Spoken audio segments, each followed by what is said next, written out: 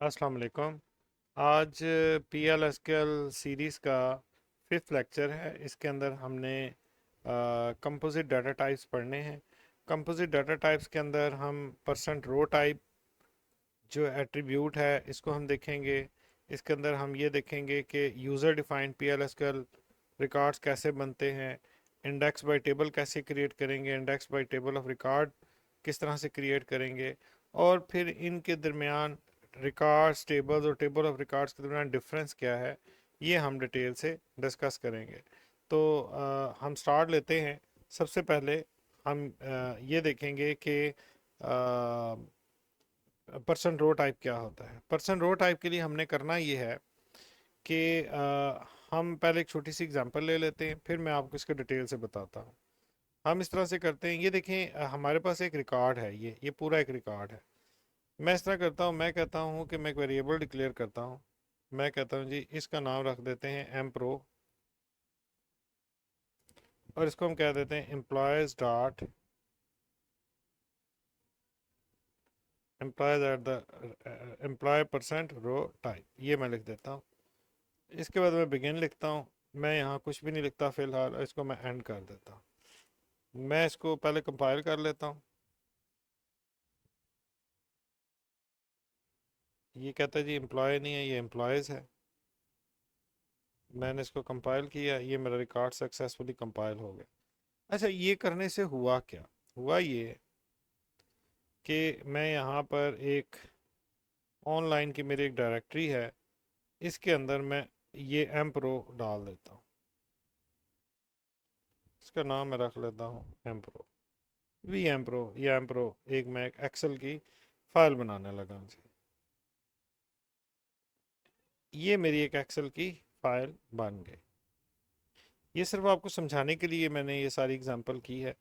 मैं ये करता हूँ कि यहाँ से ये सारा रिकॉर्ड यहाँ से हटा लेता हूँ। हटाने के बाद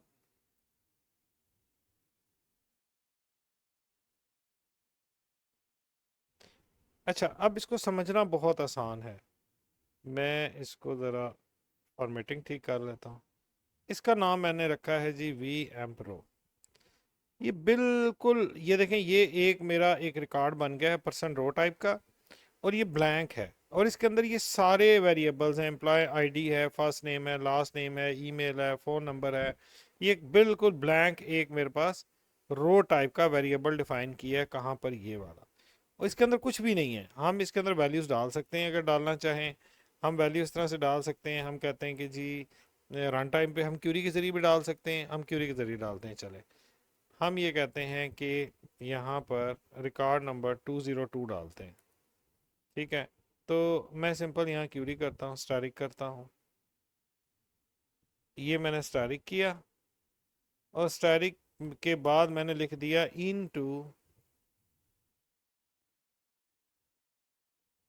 इनटू करके मैंने ये वाला वेरिएबल डाल दिया, ठीक है। उसके बाद मैं इसको चला के देखता हूँ मेरा प्रोग्राम कंपाइल हो रहा है। मैंने इसको कंपाइल किया, उसने कहा जी बिल्कुल हो रहा है। अब मैं इस रिकॉर्ड को डिस्प्ले करवा लेता हूँ। मैं कहता हूँ कोई भी DBMS output dot put line v M row, ये देखें ये वी एम प्रो, और इसमें फर्स्ट नेम को प्रिंट करवा दो। तो मैं लिख दूंगा डॉट फर्स्ट नेम। फिर मैं कहता हूँ कि फर्स्ट नेम के साथ मुझे प्रिंट करवाना है हाई डेट। आप सारे वेरिएबल से प्रिंट करवा सकते हैं, मैं जस्ट एग्जांपल के तौर पे कुछ दिखा रहा हूँ ताकि आपको जस्ट एक आइडिया हो जाए कि ये हो क्या रहा है। उसके बाद मैंने कहा हाई डेट। एक और ले लेते हैं, इसके बाद हम उठा लेते हैं जी डिपार्टमेंट आईडी या ईमेल उठा लेते हैं, ये रहे। तो मैंने इस सारे को कॉपी किया यहाँ तक, और यहाँ पर मैंने डाल दिया ई मेल। ये मैंने डाला। अब मैं कंपाइल करके देखता हूँ कोई एरर है। जी ये मेरा सक्सेसफुली कंपाइल हो गया। अब मैं क्या करता हूँ, यहाँ से SQL प्लस से कनेक्ट हुआ। यहाँ मैंने सेट सर्वर आउटपुट ऑन किया, और मैंने अपना प्रोग्राम यहाँ पर रन कर दिया। ये देखिए, उसने मुझे रिकॉर्ड नंबर 202 का फर्स्ट नेम, हाई डेट और ईमेल एड्रेस, तीनों चीज़ें उसने मुझे यहाँ पर शो करवा दी। अब अगर मैं यहाँ पर आता हूँ ठीक है, तो ये देखें, ये मैंने आपको जस्ट एक एग्जांपल दी है इस रिकॉर्ड की। हम इसको मल्टीपल तरीके से एक्सेस कर सकते हैं। एक तरीका तो मैंने आपको ये बता दिया कि अच्छा, मज़े की बात ये है कि अगर मैं ये कमांड को कमेंट आउट कर देता हूँ इस तरह से, तो अब क्या होगा कि ये खाली होगा, इसके अंदर कुछ भी नहीं होगा। मैं इसको प्रिंट करवाता हूँ, मैं कहता हूँ अब प्रिंट करो।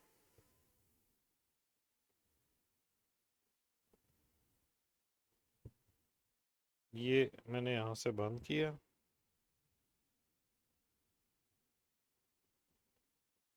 यहाँ पर मैंने सारे रिकॉर्ड बंद किए और यहाँ पर चलाया।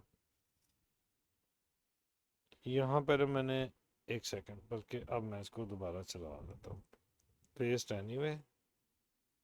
अब चलाते हैं। अब देखिए, मैंने यहाँ set server out put on किया, दोबारा चलाया, देखिए कुछ भी नज़र नहीं आ रहा। क्यों? क्योंकि वेरिएबल तो बना हुआ है, ये ऐसे ही प्रिंट है जैसे मैं कहूँ कि आप फर्स्ट नेम को प्रिंट करवा दें, उसके अंदर कोई वैल्यू नहीं डाली। लेकिन हम इसको वैल्यू को इस तरह से भी डाल सकते हैं। चले एक और तरीके से डालते हैं। मैं बल्कि काम करता हूँ, मैं इसको कंट्रोल ए कॉपी किया, टोड में चले जाते हैं। ये टोड में गए, हम वेरिएबल को इस तरह से भी डाल सकते हैं। हम कहते हैं कि v emp row dot first name, और असाइनमेंट ऑपरेटर के ज़रिए मैं यहाँ डाल देता हूँ राइजिशान। फिर मैं कह देता हूँ v emp row dot hire date, और यहाँ मैं डाल देता हूँ सिस डेट। और इसी तरह से v emp row dot email जो है मैं यहाँ डाल देता हूँ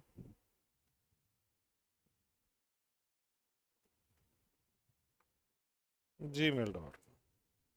ये मैंने जी ईमेल डाल दिया। वैसे तो ईमेल केस सेंसिटिव नहीं होती, मैं वैसे ही ज़रा, तो मैंने इसको यहाँ से कॉपी किया, कॉपी करके मैंने इन्हीं के अंदर वैल्यूज़ डाली, और वही वैल्यूज़ मैं यहाँ पर, इसको मैं पहले कैंसिल करता हूँ। अब मैं यहाँ पर आया, पेस्ट किया, पेस्ट करके चलाया। यहाँ वो कह रहा है कि जी ये आपने ब्रैकेट क्यों डाली है। चलें जी, ये टाइपो मिस्टेक होगी, हम ये ब्रैकेट हटा देते हैं। हटाने के बाद दोबारा इसको चलाते हैं। अब वो कह रहा है कि इनकाउंटर द सिंबल, ये अभी भी ये ठीक नहीं हुआ। एक सेकंड, हम यहीं से ठीक कर लेते हैं। टोड में जाके ये हमने यहाँ से हटाया, इसको पहले हम कंपाइल करके चेक कर लेते हैं कोई एरर तो नहीं है। कहता जी कोई एरर नहीं है। यहाँ पर आए और यहाँ पर आकर हमने इसको पेस्ट कर दिया, तो ये देखें राय निशान, और ये चीज़ भी इसने प्रिंट करवा दी। तो आई होप कि आपको परसेंट रो टाइप की समझ आ गई होगी। ये नॉर्मली ये होता है कि आप, अगर मैं ये रो टाइप ना करता तो क्या करना पड़ता, ये भी मैं आपसे डिस्कस कर रहा था। अगर मैं रो टाइप ना करता तो मुझे ये कितने वेरिएबल्स हैं, 1 2 3 4 5 6 7 8 9 10 11 11 वेरिएबल्स डिफाइन करने पड़ते हर किसी के लिए। अगर मैं ये काम ना करता, चले मैं आपको थोड़ा सा आइडिया दे देता हूँ ताकि आपको अंदाज़ा हो जाए। मैं डिक्लेयर लिखूंगा, मैं यहाँ लिखूंगा वी एम्प्लॉय आईडी, पहला वेरिएबल लिया। फिर मैं इसको डिक्लेयर करेंगे, फिर मैं लिखूंगा वी फर्स्ट नेम, ये सेकंड, फिर वी लास्ट नेम, फिर थर्ड, और फिर ये सारे वेरिएबल, फिर इनकी डाटा टाइप डालता। ये तो हमारे पास 10 और 11 हमारे पास कॉलम है। अगर ये 100 ऑफ कॉलम्स होते, 150 कॉलम होते, मिसाल दे रहा हूँ, फिर आप क्या करते? फिर जाहिर सी बात है, फिर हमें इतने ज़्यादा वेरिएबल डिफाइन करने की बजाय हम सिंपल एक रो टाइप का वेरिएबल ले लेते, और उस रो टाइप का वेरिएबल मैंने आपको मल्टीपल काम करके दिखाया। यही चीज़ मैंने आपको एज इट इज़ एग्जांपल के तौर पे यहाँ पर भी दे दी है। यहाँ मैंने आपको एक और एग्जांपल भी दी है, आप इसको देखिएगा, और अपनी मर्ज़ी से और एग्जांपल्स भी आप डाल सकते हैं सिस्टम के अंदर। अच्छा, इसमें एक और एग्जांपल है, ये बड़ी इंटरेस्टिंग है, इसको आप ज़रूर ट्राई कीजिएगा। ये मैंने जो सेकंड एग्जांपल डाली है, फर्स्ट एग्जांपल ज़रा डिफरेंट है, मैं आपको वो भी बता देता हूँ। मिसाल के तौर पे मैं इसी एग्जांपल को यहाँ कॉपी करता हूँ। ये मैंने एग्जांपल कॉपी की है सिर्फ आपको दिखाने के लिए। मैंने क्या किया, मैंने एक वेरिएबल यहाँ से मैंने कॉपी नहीं किया, वो भी कॉपी कर लेता हूँ। ये देखें, ये मैंने एम प्रो का एक वेरिएबल उठाया। फिर मैंने क्या किया, इस वेरिएबल में मैंने एक पूरे का पूरा रिकॉर्ड पॉपुलेट करवा दिया इन टू क्लास करके। फिर इनको मैंने प्रिंट करवा दिया, दोनों वैल्यूज़ को। 198 के अंदर मैंने एम्प्लॉय आईडी और फर्स्ट नेम प्रिंट करवा दिया। अगर मैं 198 के अंदर जाता हूँ और मैं देखता हूँ 198 ये है फर्स्ट नेम, और दूसरा मैंने प्रिंट करवाया है एम्प्लॉय आईडी 198 और फर्स्ट नेम डोनल्ड प्रिंट हो जाएगा। फिर मैंने क्या किया, मैंने कहा तुम इस तरह करो, एम के टेबल में वैल्यूज डालो और ये पूरी रोज के अंदर डाल दो। चलें जी, एम का टेबल क्या है, मैंने वैसे ये एम का टेबल है, ये इसके अंदर रिकॉर्ड पड़ा हुआ है। मैं कहता हूँ नहीं, मुझे ये टेबल पसंद नहीं है, मैं इस टेबल को ड्रॉप कर देता हूँ। मैं कहता हूँ ड्रॉप टेबल एम, ये मैंने टेबल ड्रॉप कर दिया, दोबारा क्रिएट कर लेता हूँ। मैं कहता हूँ create table emp as stack static from employees. मैंने क्या किया, एम्प्लॉयज के टेबल में से सारा कुछ उठाना है और एम में डालने लगा हूँ, वेयर 1 = 2 कर दिया। 1 = 2 कंडीशन फॉल्स है, तो ये देखें अगर मैं क्यूरी चलाता हूँ तो कहता है कुछ नहीं है, लेकिन ये क्या करेगा, एम का टेबल देखें, मैं F4 कर रहा हूँ, मुझे कोई डाटा नहीं शो कर रहा, कहता है नॉट फाउंड। अब उसने क्या किया, एम का टेबल क्रिएट कर दिया। अब अगर मैं उसके अंदर आता हूँ, देखें उसने खाली एक टेबल बनाया है जिसका स्ट्रक्चर तो मौजूद है, कॉलम्स तो सारे मौजूद हैं, लेकिन इसके अंदर डाटा मौजूद नहीं है। अब ये एम का टेबल है, मैं कहता हूँ एम के टेबल में डाटा डालो, चूंकि इसका स्ट्रक्चर, एम का स्ट्रक्चर और एम्प्लॉय का स्ट्रक्चर 100% सेम है, क्योंकि मैंने उसी का रेप्लिका मारा हुआ है। तो वो क्या करेगा, मैं कहता हूँ आप इस तरह करें कि एम के टेबल में डाटा डालें जो इस रो में पड़ा हुआ है।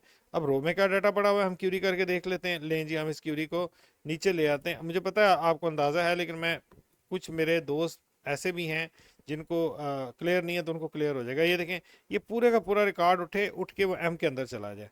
अब अगर मैं वैसे एम को अलहदा से क्यूरी करूं, मैं आपके सामने, अभी तो मैंने इसके अंदर डाटा नहीं डाला, ये मैंने क्यूरी किया, कहता है इसके अंदर तो कुछ पड़ा नहीं है, लेकिन जैसे ही मैं ये डाटा डालता हूँ और कमेंट करता हूँ तो ये इसके अंदर डाटा आ जाएगा। चले मैं इसको चलाता हूँ और अब देखता हूँ कि इसके अंदर डाटा आया नहीं आया। चलें जी, इसको कमेंट कर लिया, कमेंट किया, अब मैं चलाता हूँ, एम के अंदर कुछ पड़ा ही नहीं पड़ा, ये देखें एम खाली था, एम के अंदर डाटा आ गया। तो ये मैं इस तरह से शॉर्ट सिंटैक्स से भी हम वैल्यूज़ को वैल्यू डाल सकते हैं। अगर हम यहाँ पर परसेंट टाइप ना यूज़ कर रहे होते, वेरिएबल यूज़ कर रहे होते, तो हमें ब्रैकेट डाल के उन सारे वेरिएबल्स के नाम 1 बाय 1, 11 के 11 कॉलम्स के नाम मुझे यहाँ पर डिस्प्ले करने डालने पड़ते, ठीक है, और यहाँ पर उनको डिफ़ाइन करना पड़ता, 11 के 11 वेरिएबल्स को डिफ़ाइन करते, फिर मैं इनटू के ज़रिए 11 की 11 वैल्यूज़ यहाँ डालता। तो ये मेरा सिंटैक्स जो है वो शॉर्ट कर दिया इसको। मैंने कहा कि भाई मेरे सिंटैक्स को तुम सिंपल कर दो, उसने मेरे लिए सिंटैक्स सिंपल कर दिया। इसी तरह से मैंने एक और एग्जांपल दी है। मैं इस तरह करता हूँ, थोड़ा सा ना, एक और एग्जांपल मैंने यहाँ पे ली है।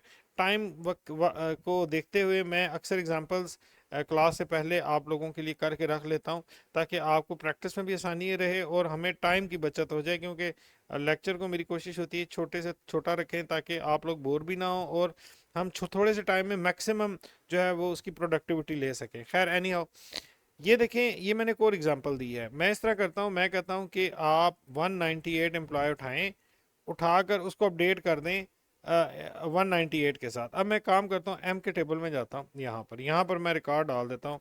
फर्स्ट नेम में डाल देता हूँ राय जीशान, और लास्ट नेम में डाल देता हूँ जफ़र। ईमेल में डाल देता हूँ राय.जीशान, ठीक है, @xyz.com। उसके बाद मैंने ये कुछ रिकॉर्ड यहाँ पर मेंशन कर दिए। अब मैं कहता हूँ अब एम्प्लॉय को अपडेट करो। अब एम्प्लॉय में क्या रिकॉर्ड पड़ा हुआ है, ये वाला रिकॉर्ड पड़ा, वो डोनाल्ड वाला नहीं पड़ा, बल्कि नया रिकॉर्ड पड़ा है। और इस तरह करो कि 198 का पूरा रिकॉर्ड उठाओ और इसके साथ अपडेट कर दो।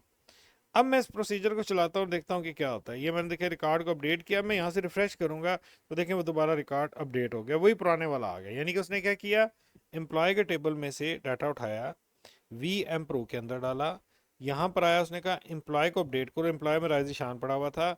मैंने इसको कहा कि तुम रो के अंदर, ये इसका कीवर्ड है, रो के अंदर एम प्रो डाल दो। तो उसने क्या किया, इस एम्प्लॉय की रो के अंदर ये पूरे का पूरा एम प्रो डाल दिया, और साथ ही नीचे मैंने कंडीशन भी डाली हुई है। तो उसने क्या किया, उसने एज इट इज़ डाटा उठाया और उसके अंदर अपडेट कर दिया, कमेंट किया, और ये आपको रिकॉर्ड मिल गया। तो ये स्टूडेंट्स, ये जो है बेसिकली इस हवाले से मैंने आपको इसके बारे में अपडेट दे दी। मैंने आपको दो एग्जांपल्स दी, एक मेरी एग्जांपल नंबर 1 थी, सॉरी यहाँ पर मैंने एग्जांपल 2 मुझे लिखना चाहिए था, मैंने यहाँ पर 2 लिख देता हूँ आप लोगों के लिए। ये मेरा वर्ड लगता है बंद हो गया, मैं इसको इस तरह करता हूँ, यहाँ से बंद करके दोबारा चला देता हूँ। इसको मैं सेव कर लेता हूँ, सेव करके मैं यहाँ पे दोबारा इसको ओपन कर,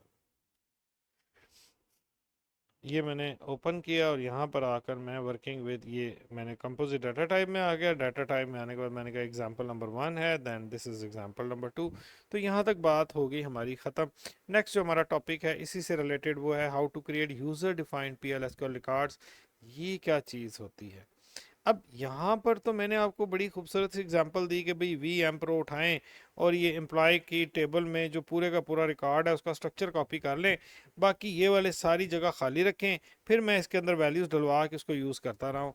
अब थोड़ी सी एग्जांपल डिफरेंट है, हम कहते हैं कि नहीं, हमें एक और वेरिएबल चाहिए जिसमें मुझे वेरिएबल चाहिए, एक तो ये वाला कॉलम चाहिए, उसके बाद ये 3 कॉलम्स ये चाहिए, कुछ इस तरह का हमने डिफाइन करना है। अब जाहिर है अगर मैं एम्प्लॉय के ऊपर बेस करूंगा तो फिर मुझे क्या मसला होगा, फिर तो मेरा पूरे का पूरा रिकॉर्ड बन जाएगा। लेकिन मुझे एक एक ऐसा रिकॉर्ड चाहिए जो बेसिकली मेरी मर्जी के कॉलम्स का हो। यहाँ पर मैं एम्प्लॉय के सारे कॉलम उठाए थे, यहाँ पर मैं अपनी मर्जी के कॉलम उठाना चाहता हूँ। तो ये काम किस तरह से होगा, इस काम के लिए, इस काम को अकम्पलिश करने के लिए हमें जिस चीज़ की ज़रूरत है वो है PL/SQL रिकॉर्ड्स। PL/SQL रिकॉर्ड्स जो हैं वो ये काम करता है।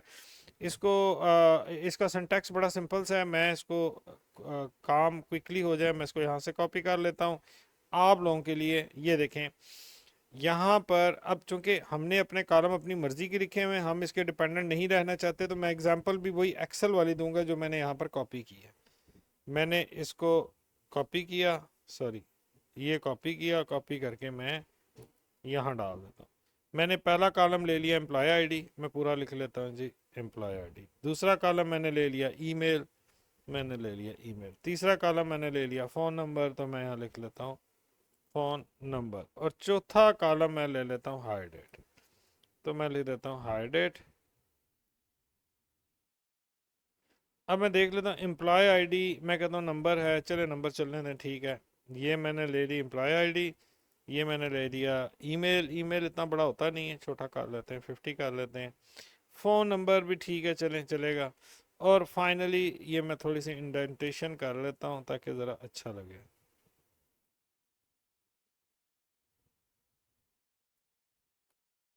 ठीक है, और ये मैंने यहाँ पर ये वेरिएबल ले लिया। अब मेरे वेरिएबल्स पूरे हो गए, ये मेरी अभी टाइप डिफाइन हुई है, ठीक हो गया।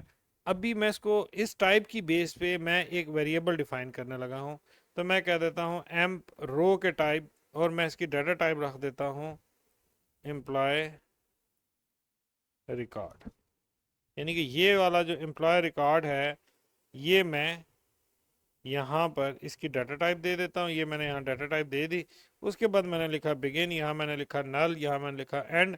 और अब मैं इसको चला के देखता हूँ जी मेरा कोड सक्सेसफुली चल रहा है। उसने कहा जी बिल्कुल आपका कोड जो है वो सक्सेसफुली चल गया। ये मेरा टोड क्रैश कर गया, बैड लक।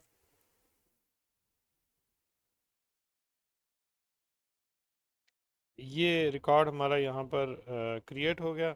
उसके बाद मैं क्या करूँगा, मैं इसको मज़ीद इसमें आगे चलता हूँ। देखें मैं दोबारा इसको रिपीट कर देता हूँ। पहले मैंने एक स्ट्रक्चर बनाया, एक सांचा बनाया, ठीक है। और इसके अंदर ये एक बिल्कुल जैसे ये बिल्कुल एक खाली सांचा पड़ा हुआ है। इसकी मैं कहता हूँ इसकी तर्ज पे या इसकी तरह मुझे एक वेरिएबल डिफाइन कर दो एम प्रो का जिसमें ये सारी चीज़ें मौजूद हो। अब एक्सेल में हमने क्या किया था, जो मैंने आपको दिखाया था, वी एम प्रो किया था। तो मैं एक काम करता हूँ आपको कन्फ्यूजन ना हो, मैं यहाँ वी एम प्रो रख लेता हूँ। अब देखें वी एम प्रो के अंदर यही सारी चीज़ें मौजूद हैं, बाकी वही काम है सेम टू सेम जो हमने रो के अंदर किया था, परसेंट रो के अंदर। मैं कहता हूँ G V M pro dot employ ID, मैं डाल देता हूँ इसके अंदर वैल्यू 100। फिर मैं कहता हूँ v M pro dot email, email के अंदर मैं डाल देता हूँ राय जीशान @xyz.com। तीसरा मैं डाल देता हूँ इसके अंदर फ़ोन नंबर, फ़ोन नंबर के अंदर मैं 0300 डाल देता हूँ। ये चूँकि नंबर है तो मैं इसके अंदर 300 डाल देता हूँ। इसी तरह से आखिरी चीज़ जो है वो है हाई डेट, तो मैं इसके अंदर सिस्टम डेट डाल। अब मैं चला के देखता हूँ जी इसमें कोई एरर है तो मुझे बता दें। तो उसने कहा जी बिल्कुल है इसके अंदर एरर, हम उस एरर को रिमूव कर लेते हैं क्विकली। ये देखें जी ये टाइपो मिस्टेक हो गई थी, ये असाइनमेंट ऑपरेटर पूरा नहीं डाला था। ये देखें जी मेरा प्रोसीजर सक्सेसफुली कंप्लीट हो गया। अब मैं कहता हूँ जी रिज़ल्ट भी तो दिखना चाहिए ना, तो हम रिज़ल्ट को देख लेते हैं। रिज़ल्ट को देखने के लिए क्या करते हैं, हम आसानी से लिख लेते हैं जी DBMS output dot put line, और यहाँ पर हम डाल देते हैं VM रो, ठीक है, डॉट एम्प्लॉय ID, ये हमने ये डाल दिया। फिर हमने कहा जी DBMS output dot put line, और यहाँ हम डाल देते हैं VM pro डॉट ईमेल। फिर मैं यहाँ पर ये एक काम करते हैं, टाइम बचाते हैं, इसको कॉपी कर लेते हैं। ये ईमेल हो गया। ईमेल के बाद क्या है जी, फ़ोन नंबर, और फ़ोन नंबर के बाद क्या है जी, हायर डेट। ये सारी चीज़ें मैंने यहाँ पर चलाई और ये मैंने कॉपी कर ली। कॉपी करने के बाद इसको मैं बंद कर देता हूँ, मेरा सेशन एक्सपायर हो चुका होगा। यहाँ पर मैं दोबारा यहाँ पर सेट सर्वर आउटपुट ऑन कर लेते हैं। अब चलाते हैं और देखते हैं कि हमारा रिज़ल्ट क्या आता है। ये देखें जी, उस तीन चीज़ें हमने इसमें डाली थी। एम्प्लॉय आईडी हमने 100 डाली थी, उसने 100 प्रिंट कर दी। ईमेल हमने raizishan@xyz डाला था। फ़ोन नंबर हमने 300 डाला था, और हाई डेट हमने यहाँ पर हाई डेट डाली थी। तो ये देखें, और मैंने आपकी सहूलत के लिए वर्ड के अंदर मैंने आपको 2 एग्जांपल्स दे दी हैं। इन एग्जांपल्स को आप काइंडली खुद देख लीजिएगा और कमेंट्स में बताइएगा कि ये यूज़फुल थी या नहीं थी। इसी तरह से आपके पास दूसरी एग्जांपल है। इसमें मैंने क्या किया है, मैंने एक रिकॉर्ड बनाया है जिसमें employee ID, last name, email, hire date, job ID, वो कॉलम्स इसके अंदर डाले हैं एम्प्लॉय के टेबल में से, और उसके बाद इनटू करके सारी वैल्यूज़ डाली और इन वैल्यूज़ को प्रिंट करवाया। तो ये एग्जांपल भी आप देख लीजिएगा और इसके बारे में बताइएगा कि हमारे लिए यूज़फुल थी या नहीं थी।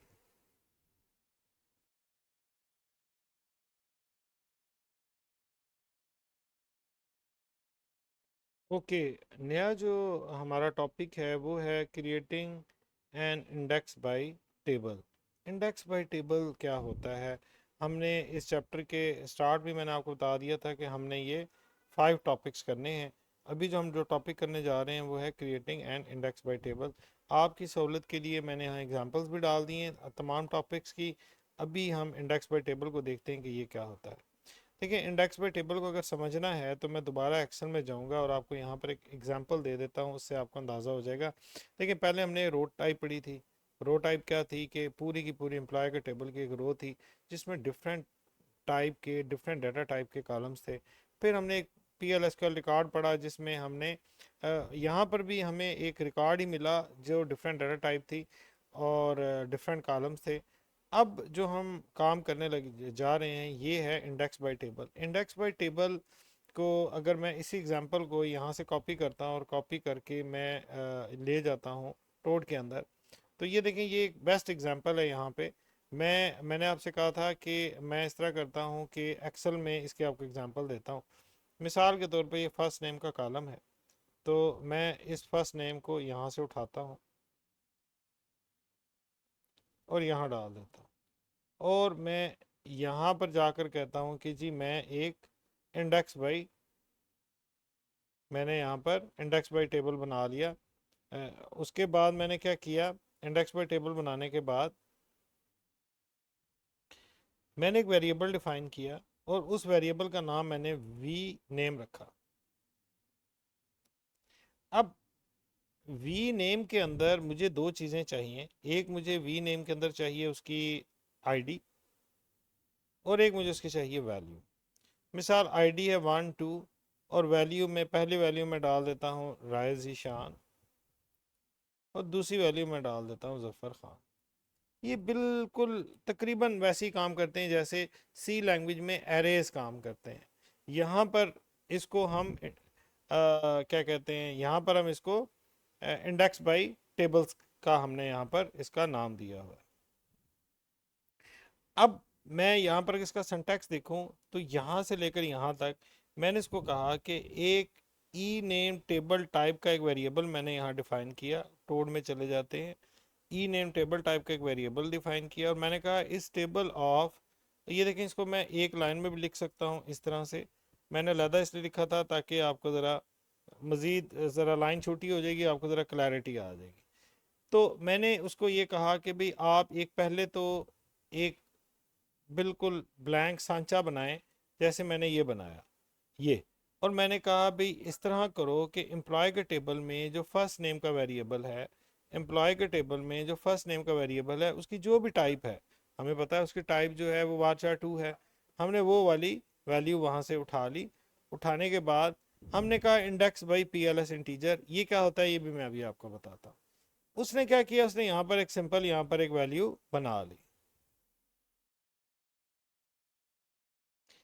अब जैसे ही इसने यहाँ पर वैल्यू बनाई, उसके बाद मैंने कहा कि इसकी बेस पे एक वेरिएबल डिफाइन करो जिसका नाम वी ई नेम रखो।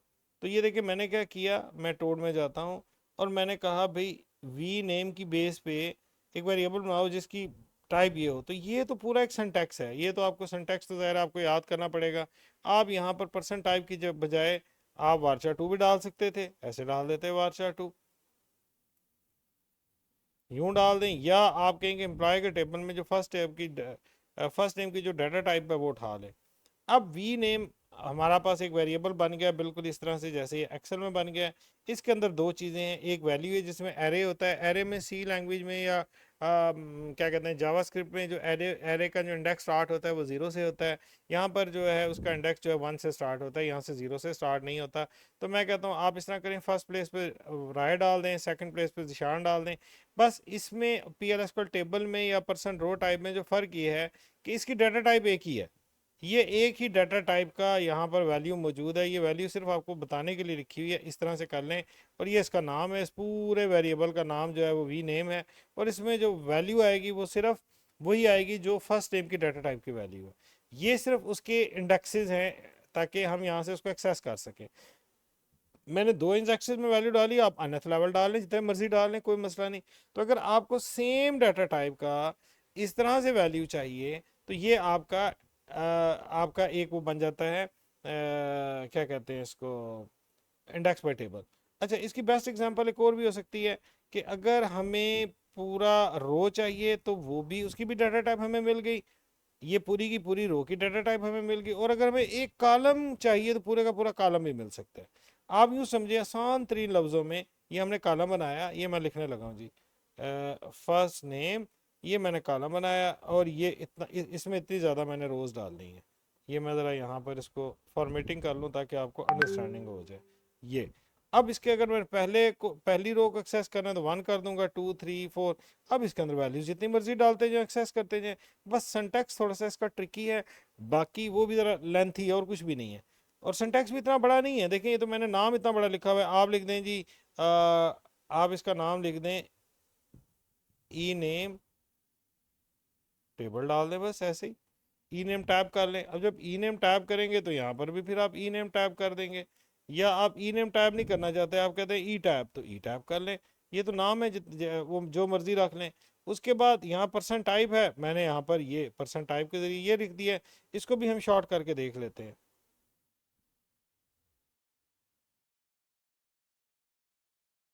इसको इस तरह से भी कर सकते हैं कि मैं इसको कॉपी करूँ ताकि ये भी रहे आपके सामने, और यहाँ पेस्ट करके मैं यहाँ पर जो एम्प्लॉय का टेबल है उसकी मैं देख लेता हूँ जी। फर्स्ट नेम की varchar220 है, तो मैं यहाँ पर varchar220 का, ये देखिए मैं सिंटैक्स शॉर्ट कर रहा हूँ।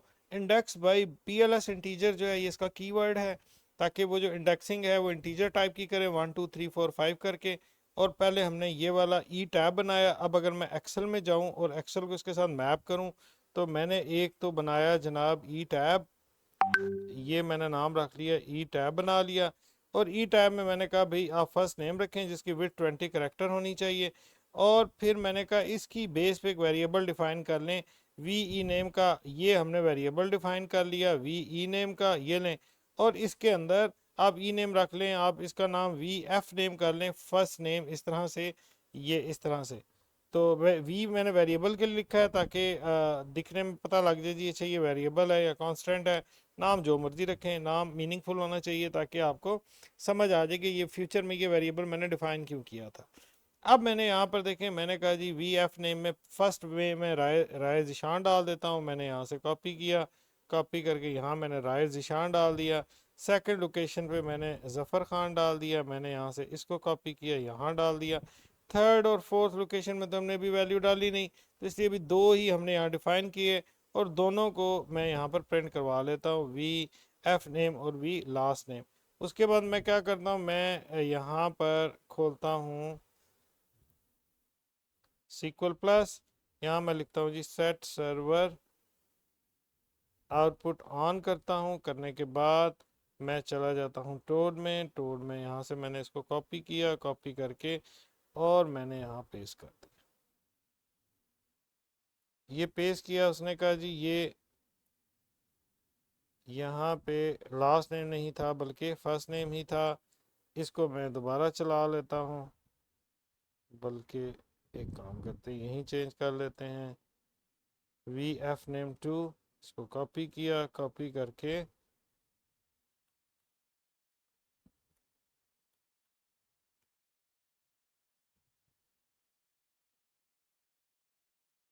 क्लियर स्क्रीन किया, C L S C R से करते हैं क्लियर स्क्रीन। इसके बाद मैंने यहाँ से पेस्ट किया, ये देखें फर्स्ट नेम में राय है, सेकंड नेम में जीशान है। तो कंक्लूजन ये हुआ कि पहले हमें ये डिफाइन करना पड़ेगा, ये डिफाइन करने के लिए हमारे पास ये सिंटैक्स मौजूद है और पहली लाइन मौजूद है, कौन सी वाली, ये डिफाइन करने के लिए ये लाइन मौजूद है, ठीक है। और इसी की बेस पे मैं जितने मर्जी वेरिएबल डिफाइन कर लूँ, मैं एक और वेरिएबल डिफाइन कर लेता हूँ वी फर्स्ट नेम और उसकी डाटा टाइप भी ई टैब रख लेता हूँ। तो ये बेसिकली प्रोग्रामिंग के डिफरेंट टूल्स हैं। प्रोग्रामिंग में किस वक्त किस चीज़ की ज़रूरत पड़ जाए आपको नहीं पता होता, इन टूल्स का आपको सिंटैक्स पता होना चाहिए, इन टूल्स की आपको टेक्निक पता होनी चाहिए, ताकि जब प्रोग्रामिंग में कोई इस तरह का सिनेरियो बनता है कि आप समझते हैं कि जी मुझे इस तरह से वैल्यू स्टोर करवानी है, तो जब तक आपको टूल्स नहीं पता होंगे आप प्रोग्रामिंग नहीं कर सकते। तो व्हाट आई बिलीव कॉन्सेप्ट्स को समझना ज़रूरी है, इसकी प्रैक्टिस करें। इसकी एग्जांपल भी मैंने यहाँ पर आपको इसके अंदर दे दी है, इसको भी आप एक दफ़ा देख लीजिएगा और फिर अपनी फीडबैक शेयर कीजिएगा कि क्या ये एग्जांपल आपके लिए यूज़फुल थी या नहीं। और इसी तरह से मिलती जुलती मज़ीद भी आप अपनी एग्जांपल्स क्रिएट कर सकते हैं। आप लूप के ज़रिए इसके अंदर वैल्यूज डाल सकते हैं एक टेबल से उठा के, और ये काम भी कर सकते हैं। ट्राई कीजिएगा अपने तौर पे कि आप क्या कहते हैं टेबल से वैल्यूज उठाएं एक कॉलम की और उठाकर इसके अंदर स्टोर करें। खैर, तो अब हम नेक्स्ट टॉपिक करते हैं।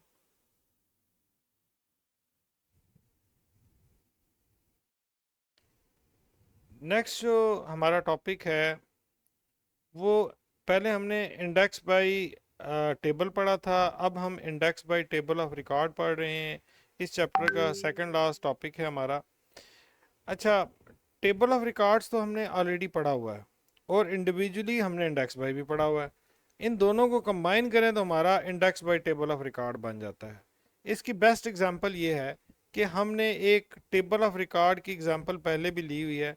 हम एक टेबल ऑफ रिकॉर्ड बनाते हैं, इसमें कहते हैं कि इस टेबल ऑफ रिकॉर्ड में हमारे पास एम्प्लॉय आईडी, एम्प्लॉय नेम और सैलरी है, ये तीन कॉलम मौजूद हैं। टेबल ऑफ रिकॉर्ड क्या था, अगर हम अभी पीछे चले जाएं डायरेक्ट एग्जांपल शुरू में, तो ये हमने जो हमारा सेकंड टॉपिक था वो टेबल ऑफ रिकॉर्ड का था।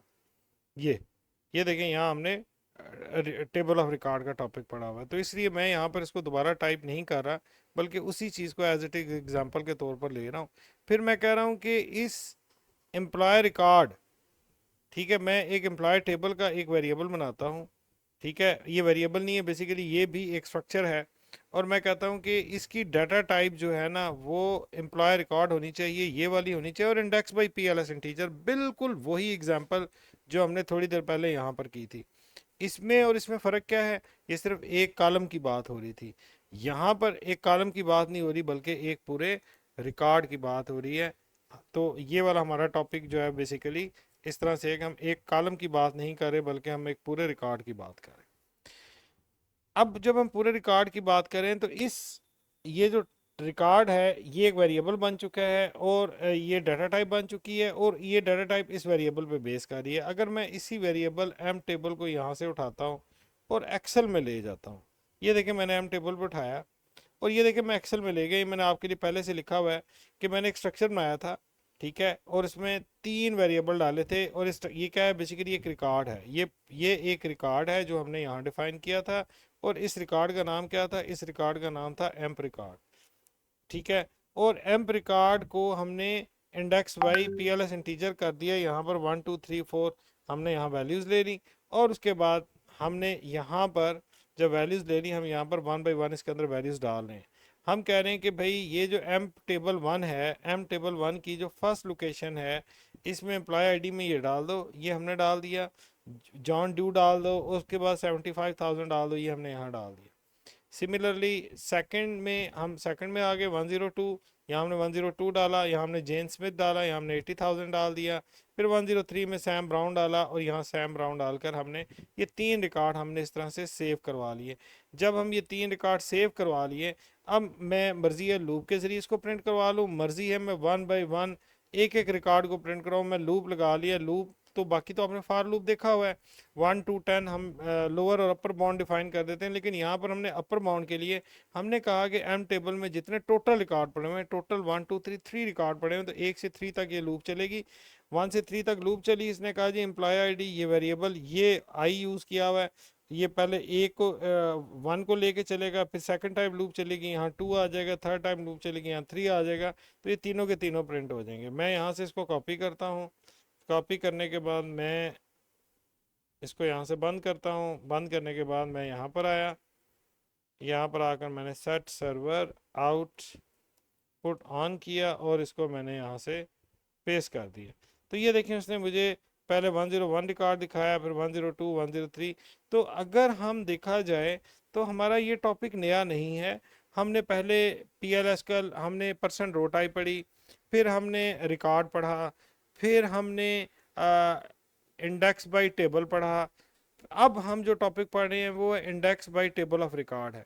तो इंडेक्स बाय टेबल को हमने टेबल ऑफ रिकॉर्ड के साथ मिक्स करके इस तरह से पूरा हमने एक टेबल स्ट्रक्चर बना लिया, और इसके ये पी एल एस इंटीजर वाला कॉलम है यहाँ, और इसी इंडेक्स के ज़रिए हम इसको एक्सेस करें, तो ये भी एक आपके पास कंपोजिट डाटा टाइप यहाँ पर बनता है। यूज़ हो सकते हैं, टूल है, जैसे मैंने पहले बताया, टूल का पता होना चाहिए प्रोग्रामिंग में किस वक्त किस चीज़ की ज़रूरत पड़ जाए, तो इस टाइप के आपको एक्टिविटीज़ करनी पड़ती हैं। इससे फ़ायदा ये होता है कि ये आपकी मेमोरी में जगह भी कम लेती हैं, और आपकी प्रोसेसिंग भी फास्ट होती है।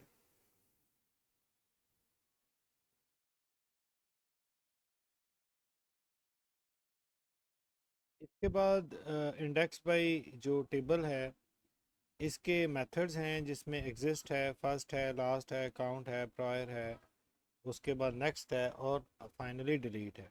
इनके सामने मैंने इनकी आपकी सहूलत के लिए इनके सामने मैंने इनकी डेफिनेशंस भी डाल दी हैं।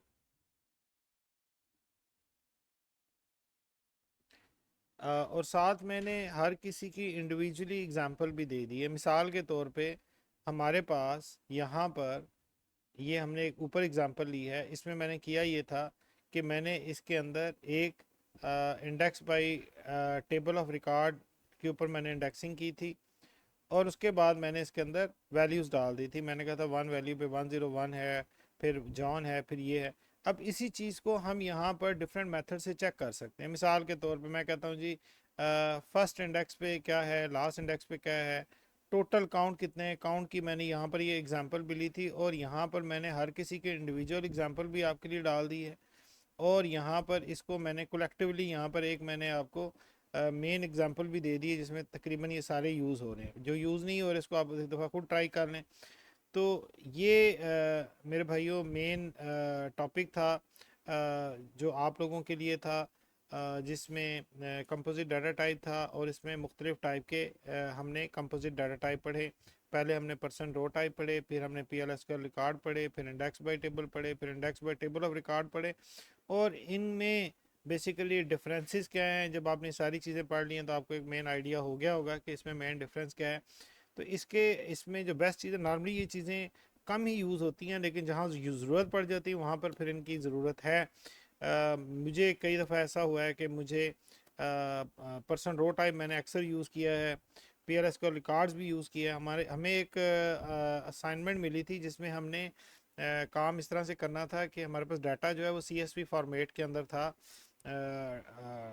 कॉमा डेलिमेटेड, और हमने टेक्स्ट फाइल से डाटे को रीड करना था, और रीड करके हमने उनको ये PLSQL रिकॉर्ड्स के अंदर डलवाया था। पहले इस पे बहुत ज़्यादा टाइम लग रहा था। जब हमने ये एक्टिविटी की थी तो वो बड़ा स्पीडली काम होना शुरू हो गया था। यूएस का एक प्रोजेक्ट था, उसमें हमने ये एक्टिविटी की थी। उसमें हमने यूटीएल फाइल का पैकेज भी यूज़ किया था। तो यूटीएल का फाइल का पैकेज क्या होता है, इंशाल्लाह हम पैकेजेस में पढ़ेंगे। लेकिन कहने का मकसद ये है कि प्रोग्रामिंग में किस टूल की कब ज़रूरत पड़ जाती है, नो बडी नोज, डिपेंड करता है आपकी लॉजिक क्या है और उस चीज़ की कितनी ज़रूरत है। और जब ये सारे टूल्स आपको इनके सिंटैक्सेस और इनके बारे में बेसिक कॉन्सेप्ट पता होता है तो फिर आपको आसानी हो जाती है कि इसके अंदर क्या है। फ़िलहाल अभी तक के लिए इतना ही। नेक्स्ट क्लास में दोबारा मिलेंगे। बहुत शुक्रिया। अल्लाह हाफिज़।